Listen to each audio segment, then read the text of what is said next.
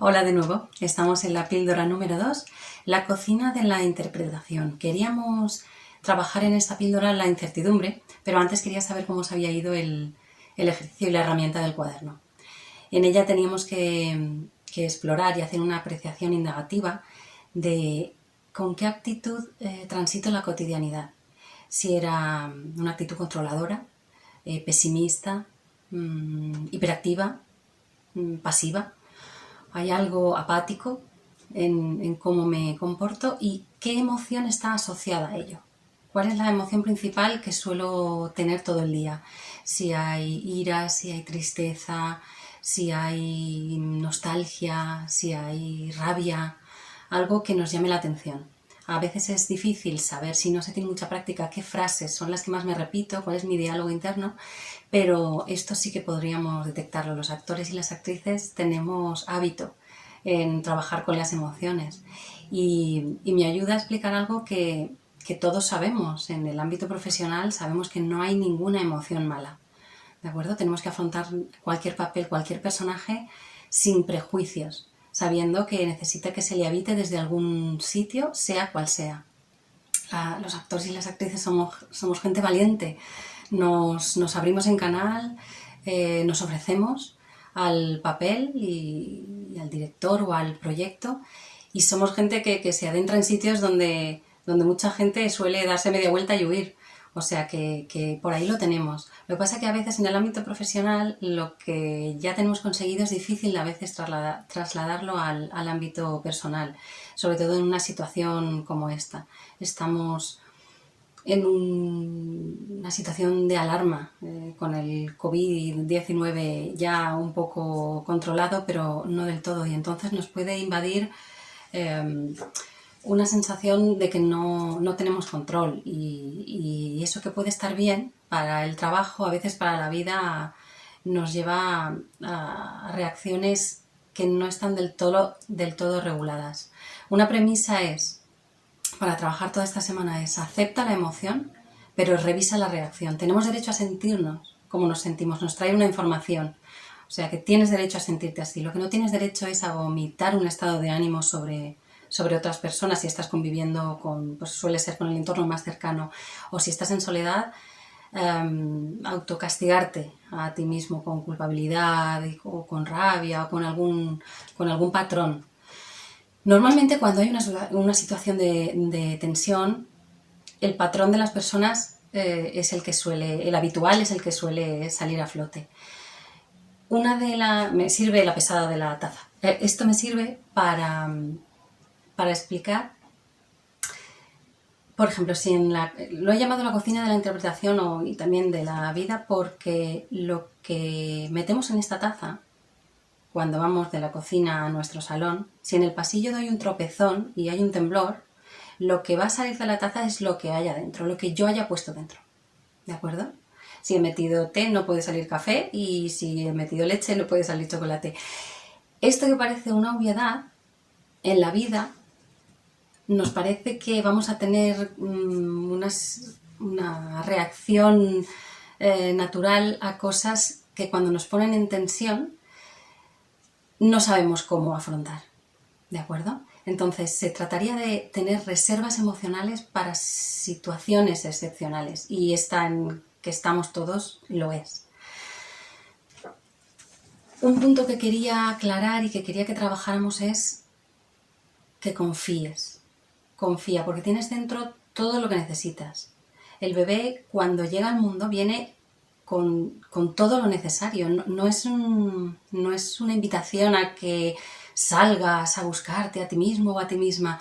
Es más desenterrar lo que tienes ya aquí y ahora. Todos tenemos fortalezas, todos tenemos herramientas y recursos que simplemente hay que entrenarlos para que cuando los necesitemos los tengamos a punto. Llegamos a un mundo y a un escenario en el que se empeñan a veces en decirnos que no somos suficiente. ¿Vale? ¿Os acordáis de aquel diálogo exterior que es el que influye en el interior? Entonces, puede que nos hayan cultivado en la familia que sí, pero la apisonadora social y todas las demandas que nos hacen desde fuera pueden desequilibrar un poco, que creamos que no somos suficiente, pero confía, porque lo somos, porque lo eres. Entonces quería introducir el concepto de si hay incertidumbre, si todo esto nos está generando una ansiedad, ¿qué recursos tenemos? Pues lo que me gustaría es que tuviéramos claras dos cosas, timón y brújula. Timón es un interior lo más regulado posible, ¿vale? En eso vamos a intentar trabajar estas semanas. Entonces, con ese interior regulado en el que tú pilotas y con la brújula, ¿qué va a ser tu brújula? Los valores que para ti son importantes, la ética con la que transitas en la vida. Esas dos cosas te van a hacer que cuando vengan mal dadas, como puede ser ahora, tengas a qué recurrir, ¿vale? Para fijar un rumbo. Si no sabes a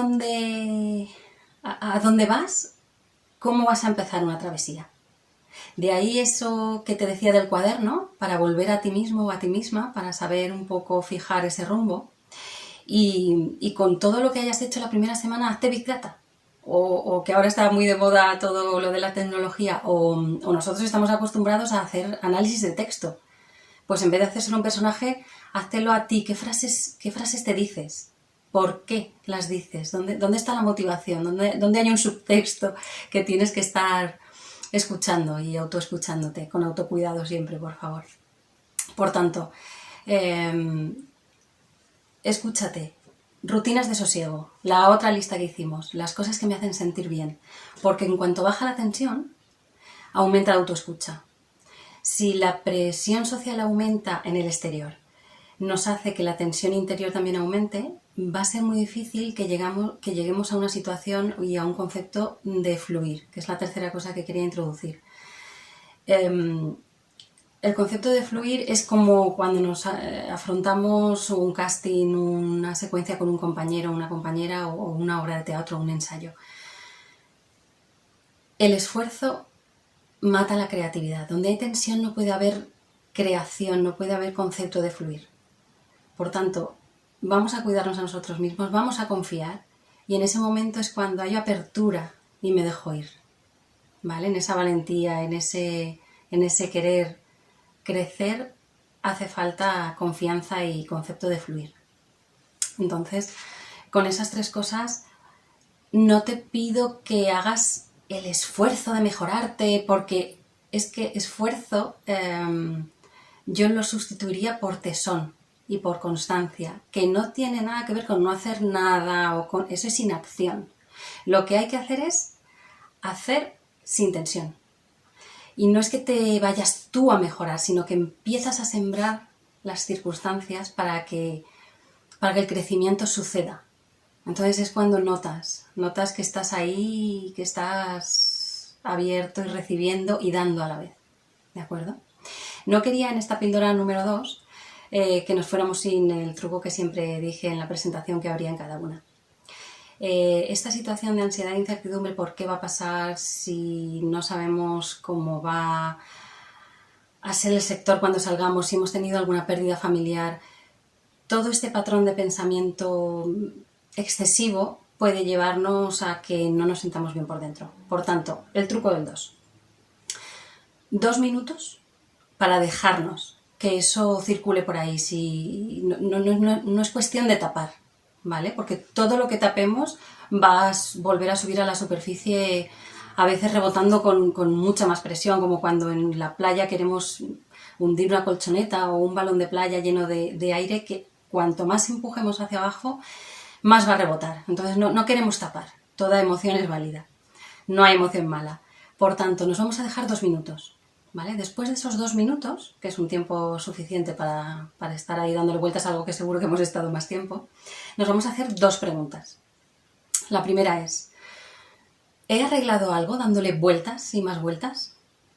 El 95% de las veces va a ser un no, porque solo con pensar y solo con estar rumiando no solemos llegar a nada válido. La segunda pregunta sería, ¿me siento mejor o peor? ¿Vale? El 99,9, por no decir el 100% de las veces, solo con darle vueltas a algo que no sabemos solucionar de otra manera nos va a hacer sentir peor.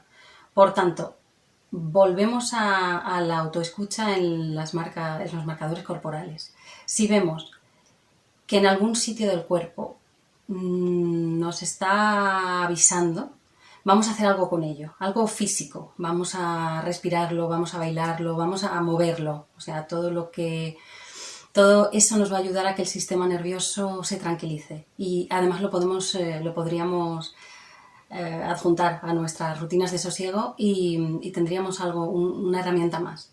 Muévelo, respíralo, porque seguramente te va a hacer bien. Con esto terminamos la píldora número 2. Os espero la semana que viene, espero que podáis trabajar todo esto y feliz travesía.